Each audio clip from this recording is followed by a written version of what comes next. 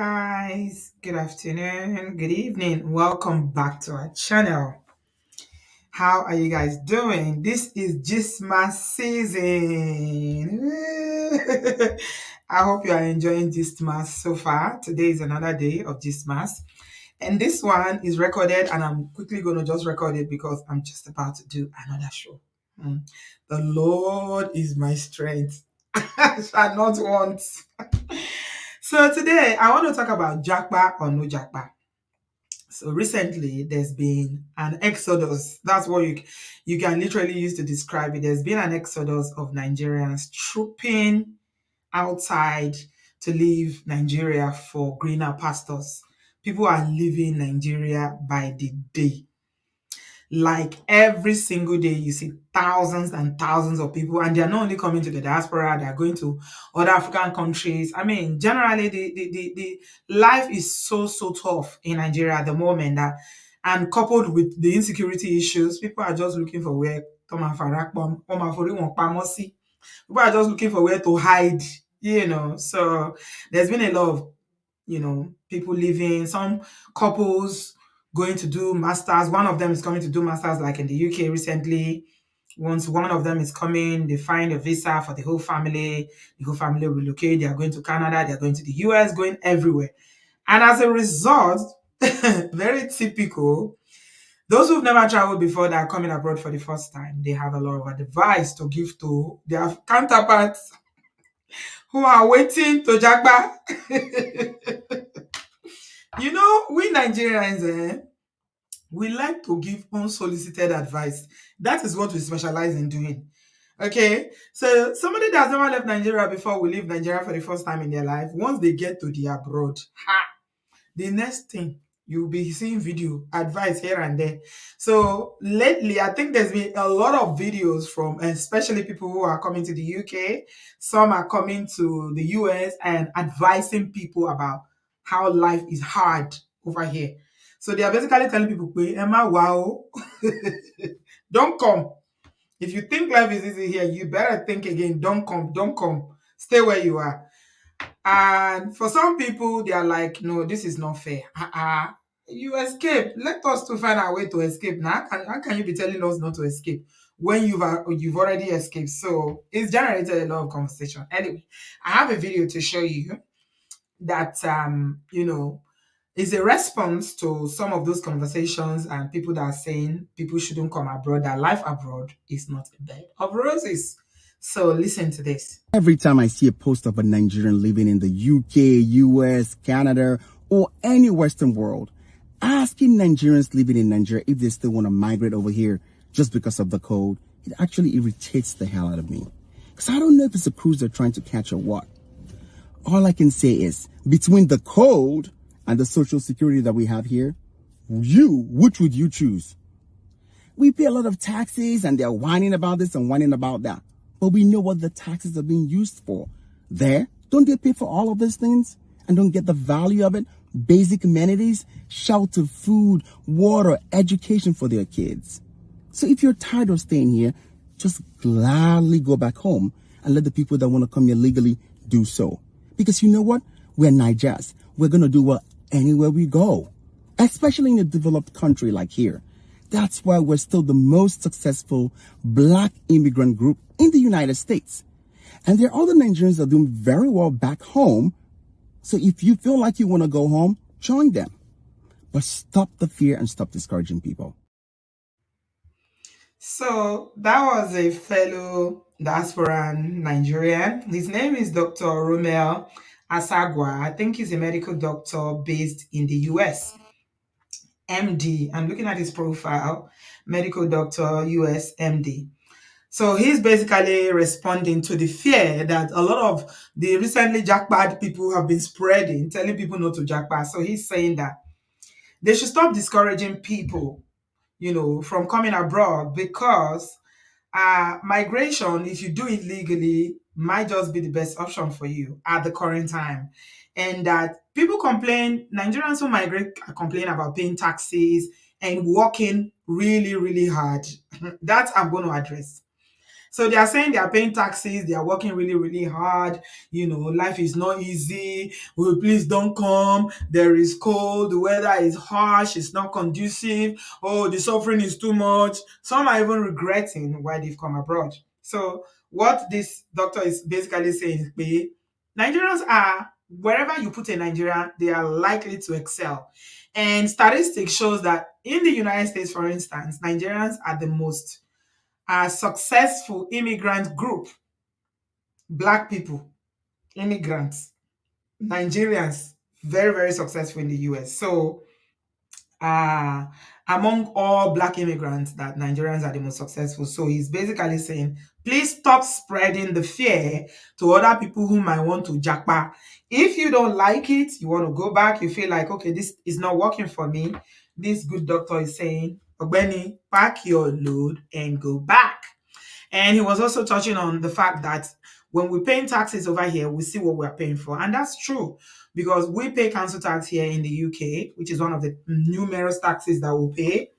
And we do see what they use it for. Every, Friday, they come and collect my bin.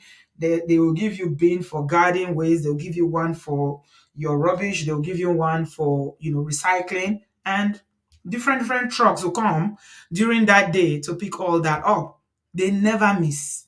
They never miss. As a matter of fact, someone told me the other day that in their area where he lives, that when they missed, they didn't come and collect his bin, that he called the council and said that the bin for his street has not been collected. Yeah, you can do that. You can challenge them. And this part of the world is so organized in a way that if you challenge them like that, they will even apologize. And he said that he called the council and said, well, I never miss my council tax. And council tax here, they don't joke. They can send you to jail for it, because that's what they use to repair the roads. That's what they use to do all these environmental things, like taking the dustbin, trimming the trees and the public garden, maintaining parks and all these facilities within the local area. So they don't play with it at all. So the guy said, he's a Nigerian. He said, I called them and they apologized and they came and picked it up. So they are not afraid of you, unlike politicians in Nigeria, where they are Lord and, high and mighty, that you can't query, you can't talk to them, you can't even reach them. These ones, they don't mind at all. So we do get what we're paying our taxes for. Over here in the UK, we pay towards the NHS and it's free when you want to use it. At the point of use, because you're already paying towards the deduction they take from your salary. To be honest, it's not that much what they are taking. And even if you are not working, you still have access to it because everybody pays. Once you are working, you are paying towards it. So it's free for everybody. So whether you are working or not working, those who are working are paying technically. Those who are not working, of course, like disabled people who cannot work, will still have access to good medical care because other people are paying towards the central purse where the money is taken from. All right. That's another discussion because I hear the NHS is broke now. They are really struggling. I don't know. People are speculating that in a few years they might have to monetize and privatize it in a way that it will start bringing income in, because at the moment they are really struggling. I don't know. That's kind of political. I don't want to go into it. But the point I'm trying to make is about JAPA or no JAPA. A lot of people are conflicted.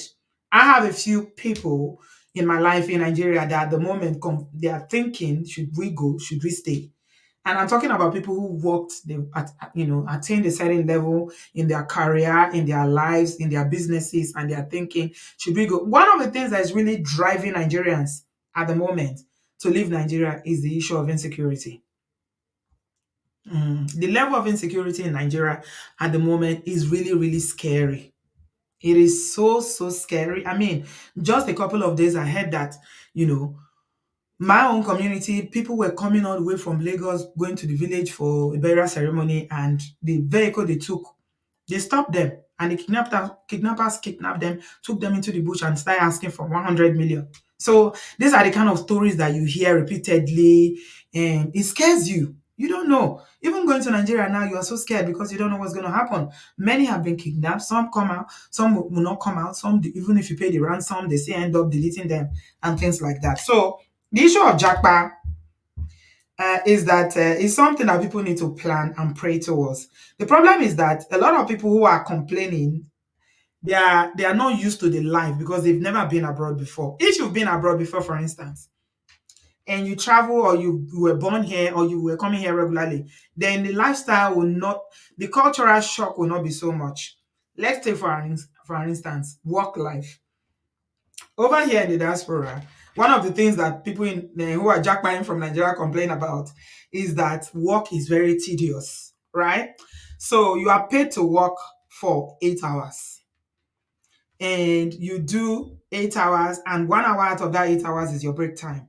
You are expected to do those 8 hours com- you complete. Mhm. And that 1 hour break, you're expected to take not more than that 1 hour. But for people in Nigeria, especially people who work in the government circles and civil servants and things like that, these are things that they are not used to. The discipline to work is not there. So when they go to work, for instance, in the morning, maybe 9 o'clock or 8 o'clock, I don't know when work starts in Nigeria. I think it's earlier, 8 o'clock. You see some people going into the office at 9, at 10, some will go at 11, some will go at 12, some will not even go. Some will not even go. Some people will not even go. And then the people that will go, even the orgas, they do it. They will go in, stay 1 hour, 2 hours, and they will go. And that's the end of the day for them. So they have that freedom of, not turning up. Somebody gave an example today and said that even doctors, they do it. Doctors in government hospitals where you are supposed to show up for work and you treat patients, and people literally their lives depend on you. You see that they don't do the hours. Most of them have their private hospitals, so they will show up, their consultants or whatever, big men and women, they will come and they'll sign the register. If there's a register, say one or two patients, and they're out. But they are paying them to work for the whole day. So if you come to the diaspora with that mentality, I laugh, laugh, laugh, laugh. I tire. If you come to the abroad, you want to jackpot with that mentality, it's not going to work. You will complain because you will realize that the work that you are told to do, you will do it. And you know what? If you live in this part of the world for a while, you will begin to see that this is why this part of the world works. The West works because there's no mediocrity when it comes to work ethics. Even if it's private company that employs you, you will do more. Even you work more than the hours that they are paying you for. You will work it. But in Nigeria, people don't have that. They don't care. You employ people in Nigeria in private businesses. I've heard the struggles of entrepreneurs in Nigeria. Even things as small businesses like restaurants, bars. You employ people to come to work. Once you turn your back, what they will do? They will start stealing from you. They might not turn up if you are not there. I remember once upon a time when I had a small business in Nigeria. Hey, Jesus. If you live in a diaspora, you go and open a business in Nigeria, for instance, you are not there. Forget about it. You are wasting your time. Oh my Jack Barney, they will finish you. So these are the things. People they don't really care. They just want the soft life and being paid salaries. They don't have that discipline. Only very few people that you see that will take another person's job seriously, that they will say, no, let me put in the hours I'm supposed to put at least. Some will not even come. A friend of mine who works in the civil service in Nigeria told me that some of their colleagues, especially some of them that these are from one part of Nigeria, they don't show up at all. But they'll be collecting promotion upon promotion upon promotion. They are the ones that are the highest in the upper hierarchy of directors and all that, permanent secretary and all that. And you wonder why the country is not working. There's a reason. Because people are not doing what they're supposed to do. So it trickles down like that. So even the people that own small businesses, when you employ one or two people, or you employ 10 people, 15, 20 people, it's the same attitude. People are so chilled. They are so laid back. They don't want to put in, they want to get out. And if you don't put in as much as you are getting out, invariably, it's going to collapse. The business will crumble. That's the truth. So a lot of entrepreneurs do complain. Now let's talk about the jackpot thing. Should we jackpot or should we not jackpot? Should we be discouraging people about jackpotting? I personally believe you shouldn't discourage people. Don't discourage them. Allow them to come and see for themselves. Some people have the opportunity to come and test the waters, say, okay, can I live here? What's the cost of living? Can I make it? What are the opportunities? Especially if you are jackpying in a way that you know that, it's not legal. Because at the end of the day now, a lot of people that are using student visa to japa, when your work permit or whatever they give you, I don't know what it's like now in the UK. Previously, it was they'll give you 2 years post study. I don't know what they are giving people now, or places like Canada where people go with student visa. What happens when your student visa expires? So there are a couple of issues. I saw another video the other day, and the young lady was like, "If you are coming to Canada, if you want to come to Canada, there is no husband in Canada. Oh, there is no husband in Canada. Bring your husband from Niger." It was so funny. I was laughing. I was like, oh my God. You was just like, bring your husband from Niger. I mean, I've heard that, it's scarce to get a husband in Canada. I think it's because the land is so big, and maybe because there are not enough Nigerians. Or what I say to you, who is making that video and saying there's no husband in Canada, must you marry a Nigerian? If you're a woman, must you even marry a black man? Spread your nets. There are men. It's just that the kind of particular man that you're looking for might not be available. So if you live in a city where the population 99.9 is Oyinbo, where are you going to see a black man? Where are you going to see a Nigerian? Even if they are black men, there will be very few. Some of them are married already. So spread your nets. You don't have to marry a black man. You don't have to marry Nigeria. But it's about preference again. Some people will never date outside their culture. They will never date outside their race. It's up to you. But the only thing that works in this abroad that me I know is your ability to adapt. Adaptability is very, very important. If you come to the abroad with a very rigid mind, it is either this or no way, then you are likely to struggle, right? So this jackpine thing is personal. Some people will argue that what is the point of having money in Nigeria if you cannot enjoy it when you don't know what's going to happen to you? With the rate of people that are being kidnapped right, left, and center, what is the point? Some people will say, oh, I want my children to have a better education or to have access to the best. Some people is just being able to sleep peacefully, waking up, and they can switch on light. You just look at this flick of the light, you put it on. You don't need to have that anxiety about the electricity being switched off, NEPA or no NEPA, ironing clothes to keep switching from generator to inverter to all that is stressful. But that's not to say Obodo is easy. If you are used, for instance, in Nigeria to be bribing people to the NEPA to connect light for you. If you come here, there's nobody to bribe. In fact, you will not even see the company. It is only in the abroad that you buy things that you don't even see physically. Things that you don't see, you would enter into contract with people. You never send them. Everything is done on the phone, online. You buy car, online. You buy house, online. Everything, online. So who you want to talk to? You can't bribe anybody. So I think that is where people struggle. When you come here with that mentality that you think, especially if you come here thinking that money is just something you plug on the floor. Once I get here now, I'll do this. You lay your plan before you come. In 6 months, I'll buy a car. In 1 year, I'll buy a house. Then you're likely to be disappointed. You will not find out that it doesn't work like that. There are systems here that you need to follow. Except you are Otedola's child or your father is a billionaire who's already laid the ground for you. You have the houses, everything sorted.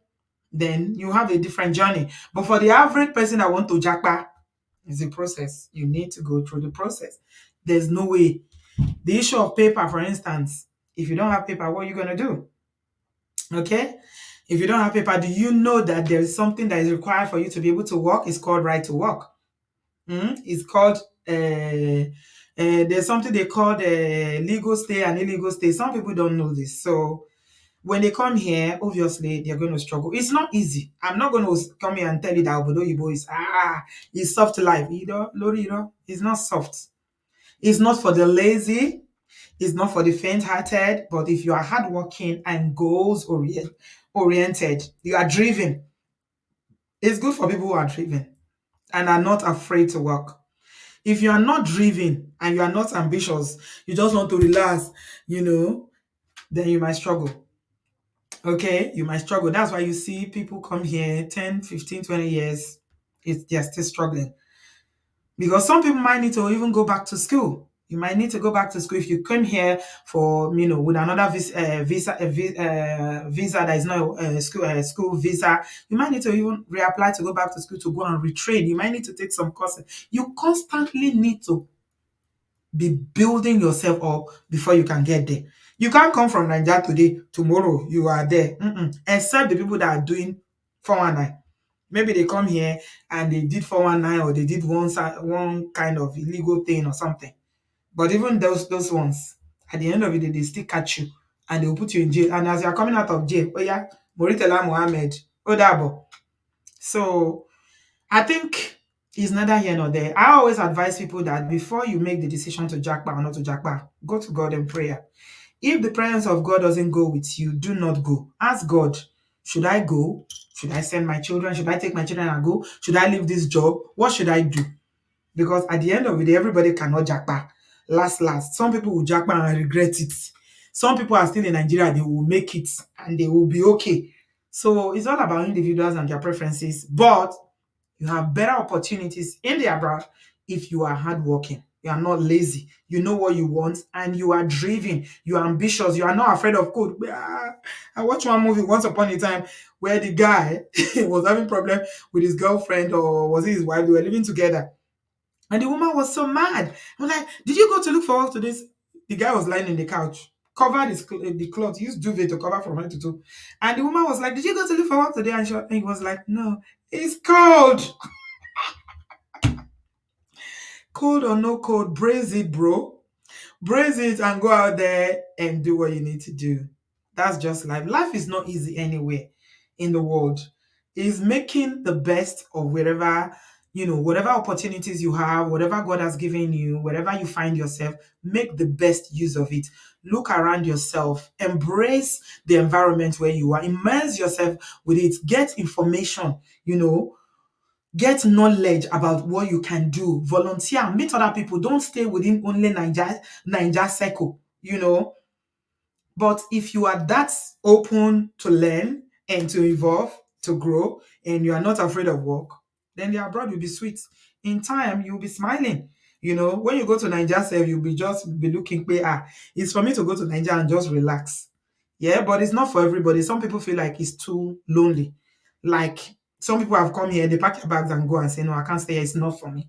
It's too lonely. I don't like the lifestyle. I don't like the weather changes and all that. So at the end of the day, is what works for you that you should do. So that's all I'm going to say. What do you guys think about this jackpot?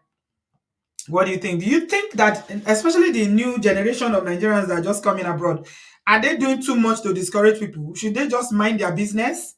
Let me know what you think in the comment section. Please subscribe, like, and share this video. And I will see you in my next one. Thanks a lot for watching. I love you. Bye, guys.